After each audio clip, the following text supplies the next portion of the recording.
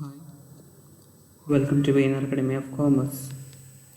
So in this session I am going to explain about another problem of least square method which comes under time series analysis.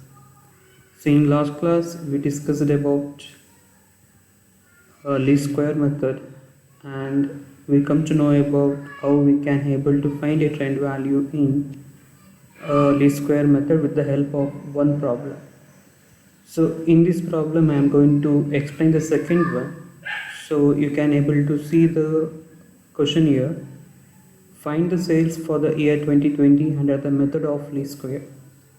So find the sales for the year 2020 means we need to be find out the sales value for the coming year. So in this problem we know the information still 2019, but we doesn't know the sales value of 2020. So we need to be calculate that one. So let explain how we can able to find that value. So whatever the information is given in the problem, first we need to be recording that under columns wise. So first we are going to record years. That means in first column we are going to recording year informations, and in second column we need to be record the given sales value, and that sales value is considered as Y. Then after recording of sales value, after recording of sales value we need to be sum up all the given sales. That means we need to be find sigma Y value. So here after adding all the values we will get 550 as the total sum of sigma Y.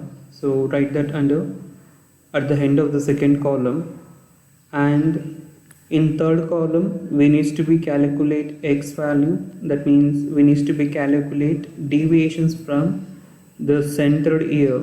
So here centered year is 2017. From the 2017 we need to be subtract 2015 value. We will get the answer of -2, and from 2016 we need to be subtract 2017. We will get -1 as the deviations, and that will be considered as X value for that year. So in the same way we need to be calculate X values for remaining years. That means we will get 0, 1, 2 as the X value for respective years. So after calculation of X value, in next column we need to be find out XY value. That means we need to be multiply the second column and the third column. Then we are going to get the answers of -200, -120, 0, 140 and 160. So ಅಂದರೆ second column ಮತ್ತು third column ಏನಿದೆ ಅದರಲ್ಲಿ ಇರ್ತಕ್ಕಂತಹ ವ್ಯಾಲ್ಯೂಗಳನ್ನು multiply ಮಾಡಬೇಕಾಗಿ ಬರುತ್ತೆ. So 100 into -2 ಅಂತ ಮಾಡಿದಾಗ -200 ಅಂತ ಬರುತ್ತೆ. 120 ಇಂಟು -1 ಅಂತ ಮಾಡಿದ್ರೆ -120 ಅಂತ ಆಗುತ್ತೆ. 110 ಇಂಟು 0 ಅಂತ ಮಾಡಿದಾಗ 0. 140 ಇಂಟು 1 140. 80 ಇಂಟು 2 160. ಸೊ ಈ ರೀತಿಯಲ್ಲಿ ಎಕ್ಸ್ ವ್ಯಾಲ್ಯೂಗಳನ್ನು ಕ್ಯಾಲ್ಕುಲೇಟ್ ಮಾಡ್ಕೊಳ್ಳಿ. ಸೊ ಎಕ್ಸ್ ವ್ಯಾಲ್ಯೂಗಳನ್ನು ಕ್ಯಾಲ್ಕುಲೇಟ್ ಮಾಡಿದ ನಂತರ ಏನು ನಾವು ಕ್ಯಾಲ್ಕುಲೇಟ್ ಮಾಡಿರ್ತಕ್ಕಂತಹ ಎಕ್ಸ್ ವೈ ವ್ಯಾಲ್ಯೂಗಳಿದೆ, ಆ ಎಕ್ಸ್ ವೈ ವ್ಯಾಲ್ಯೂಗಳನ್ನು ನಾವು ಹ್ಯಾಡಪ್ಪನ್ನು ಮಾಡಬೇಕಾಗಿ ಬರುತ್ತೆ. ಸೊ ಇಲ್ಲಿ ಹ್ಯಾಡಪ್ ಮಾಡಿದಂಥ ಸಂದರ್ಭದಲ್ಲಿ ನಮಗೆ ವ್ಯಾಲ್ಯೂ -20 ಅಂತಕ್ಕಂಥದ್ದು ಸಿಗ್ಮಾ ಎಕ್ಸ್ ವೈ ವ್ಯಾಲ್ಯೂವಿನ ಟೋಟಲ್ ಅಂತ ಆಗುತ್ತೆ. ದೆನ್ ಅದೇ ರೀತಿಯಲ್ಲಿ ನೆಕ್ಸ್ಟ್ ಎಕ್ಸ್ ಸ್ಕ್ವೇರನ್ನು ಕ್ಯಾಲ್ಕುಲೇಟ್ ಮಾಡಬೇಕಾಗತ್ತೆ. ಸೊ ಎಕ್ಸ್ ಸ್ಕ್ವೇರ್ ಅಂತಂದರೆ ಎಕ್ಸ್ ಇಂಟು ಎಕ್ಸ್ ಅಂತೇಳಿ ಕರಿತೇವೆ. ಅಂದರೆ ಥರ್ಡ್ ಕಾಲಮಲ್ಲಿ ಏನಿದೆ ವ್ಯಾಲ್ಯೂಗಳು ಅದನ್ನು ಇಂಟು ಸೇಮ್ ವ್ಯಾಲ್ಯೂವಿನಿಂದ ಮಲ್ಟಿಪ್ಲೈ ಮಾಡ್ಕೊಳ್ಳಿ. ದಟ್ ಮೀನ್ಸ್ -2 ಇಂಟು -2 ಅಂತ ಮಾಡಿದಾಗ +4 ಅಂತ ಆಗುತ್ತೆ. -1 ಇಂಟು -1 +1 ಅಂತ ಆಗುತ್ತೆ. 0 ಇಂಟು 0 0. 1 ಇಂಟು 1 1. 2 ಇಂಟು 2 4 ಅಂತ ಬರುತ್ತೆ. ಸೊ ಆ ರೀತಿಯಲ್ಲಿ ಆಯಾ ವರ್ಷಗಳಲ್ಲಿ ಏನು ಎಕ್ಸ್ ವ್ಯಾಲ್ಯೂಗಳಿದೆ ಅದನ್ನು ಅದೇ ಎಕ್ಸ್ ವ್ಯಾಲ್ಯೂಗಳಿಂದ ಮಲ್ಟಿಪ್ಲೈ ಮಾಡಿ ಆನ್ಸರ್ಗಳನ್ನು ಇಲ್ಲಿ ಫಿಫ್ತ್ ಕಾಲಮಲ್ಲಿ ಬರ್ಕೊಳ್ಬೇಕಾಗಿ ಬರುತ್ತೆ. ಸೊ ಅದನ್ನು ಕ್ಯಾಲ್ಕುಲೇಟ್ ಮಾಡಿದ ನಂತರ ನಾವು ಟ್ರೆಂಡ್ ವ್ಯಾಲ್ಯೂಗಳನ್ನು ಕ್ಯಾಲ್ಕುಲೇಟ್ ಮಾಡಬೇಕು. ಸೊ ಟ್ರೆಂಡ್ ವ್ಯಾಲ್ಯೂಗಳನ್ನು ಯಾವ ರೀತಿಯಲ್ಲಿ ಕ್ಯಾಲ್ಕುಲೇಟ್ ಮಾಡಬೇಕು ಅನ್ನೋದನ್ನು ಪ್ರೀವಿಯಸ್ ಪ್ರಾಬ್ಲಮಲ್ಲೇ ನೀವು ಕಲ್ತ್ಕೊಂಡಿದ್ದೀರಾ.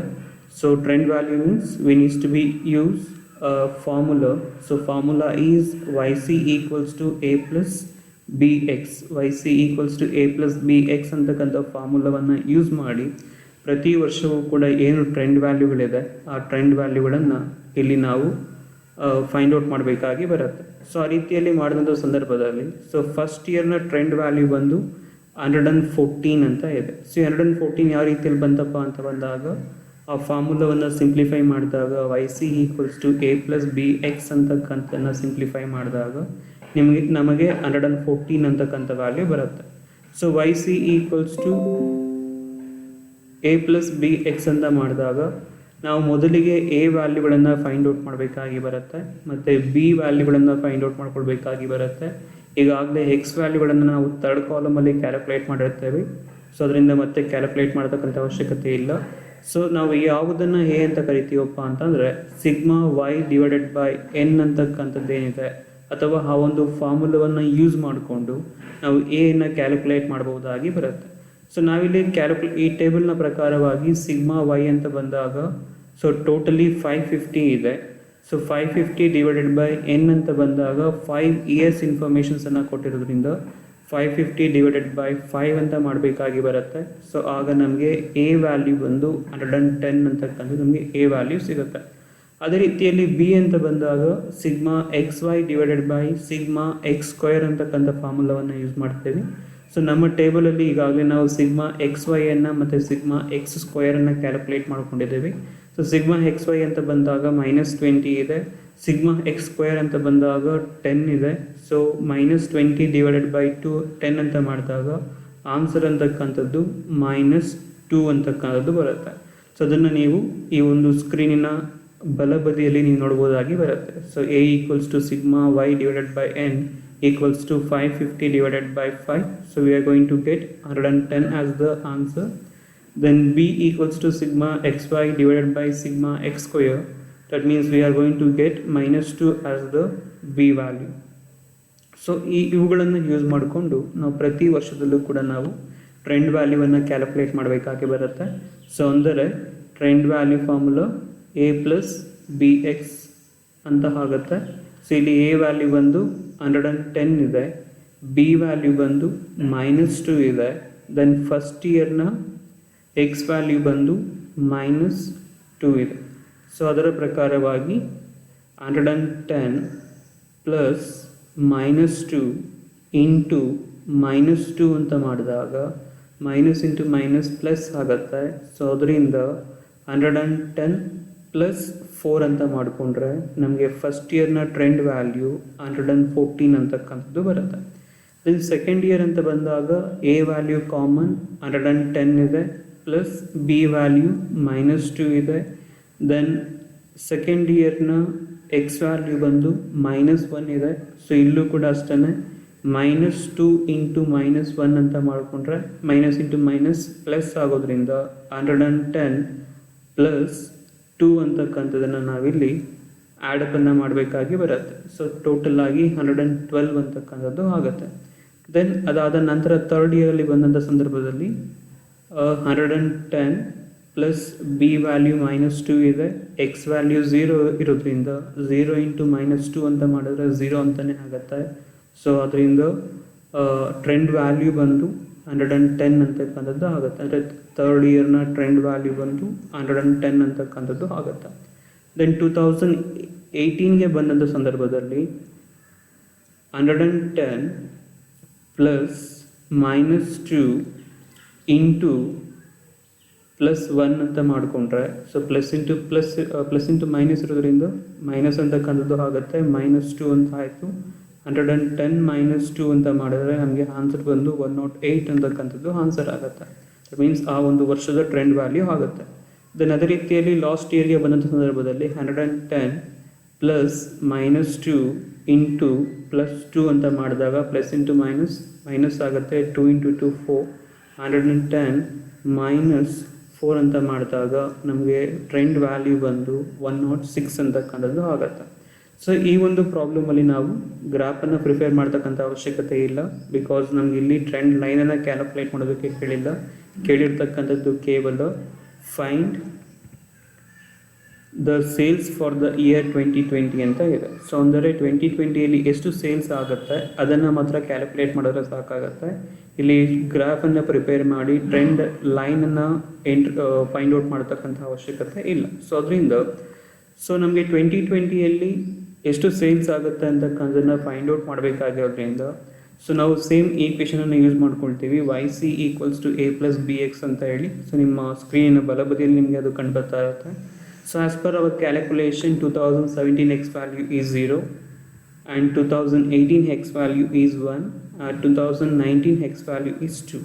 So hence 2020 X value should be 3 ಅಂತ ಹೇಳ್ತಾರೆ. ದಟ್ ಮೀನ್ಸ್ ನಾವು ಈಗಾಗಲೇ ಟೇಬಲಲ್ಲಿ ಕ್ಯಾಲ್ಕುಲೇಟ್ ಮಾಡಿರ್ತಕ್ಕಂಥ ಪ್ರಕಾರವಾಗಿ 18ರ X ವ್ಯಾಲ್ಯೂ ಬಂದು 1 ಇದೆ, 19ರ X ವ್ಯಾಲ್ಯೂ ಬಂದು 2 ಇದೆ. ಸೊ ಹಾಗಾದರೆ 2020ರ X ವ್ಯಾಲ್ಯೂ ಬಂದು 3 ಅಂತಕ್ಕಂಥದ್ದು ಹಾಕಬೇಕಾಗಿ ಬರುತ್ತೆ. ಸೊ ಅದರ ಬೇಸ್ ಮೇಲೆ ನಾವೇನು ಮಾಡ್ತೀವಪ್ಪ ಅಂತಂದರೆ YC = A + BX ಅಂತ ಬಂದಾಗ ಅಥವಾ Y 2020 = A + BX ಅಂತ ಬಂದಾಗ ನಾವು X ವ್ಯಾಲ್ಯೂವನ್ನು 3 ಅಂತ ಕನ್ಸಿಡರೇಷನ್ ತೆಗೆದುಕೊಳ್ಬೇಕಾಗಿ ಬರುತ್ತೆ. ಸೊ A ವ್ಯಾಲ್ಯೂ ಬಂದು 110 ಇದೆ, B ವ್ಯಾಲ್ಯೂ ಬಂದು -2 ಇದೆ, ಇಂಟು X ವ್ಯಾಲ್ಯೂ ಬಂದು 3 ಇರೋದ್ರಿಂದ ನಾವು ಅದನ್ನು ಫಾರ್ಮುಲಾದಲ್ಲಿ ಸಬ್ಸ್ಟಿಟ್ಯೂಟ್ ಮಾಡ್ಕೊಳ್ಬೇಕಾಗಿ ಬರುತ್ತೆ. ಸೊ ಆ ರೀತಿಯಲ್ಲಿ ಸಬ್ಸ್ಟಿಟ್ಯೂಟ್ ಮಾಡಿಕೊಂಡು ಆನ್ಸರನ್ನು ಮಾಡಿದಂಥ ಸಂದರ್ಭದಲ್ಲಿ ನಮಗೆ ಫೈನಲ್ ಆನ್ಸರ್ ಬಂದು 104 ಟನ್ಸ್ ಅಂತ ಆಗುತ್ತೆ. ಅಂದರೆ 2020ರಲ್ಲಿ ಎಷ್ಟು ಸೇಲ್ಸ್ ಆಗ್ಬೋದಾಗಿ ಬರುತ್ತಪ್ಪ ಅಂದರೆ 104 ಟನ್ಸಷ್ಟು ಸೇಲ್ಸ್ ಆಗ್ಬೋದಾಗಿ ಬರುತ್ತೆ ಅಂತಕ್ಕಂಥದ್ದನ್ನು ನಾವು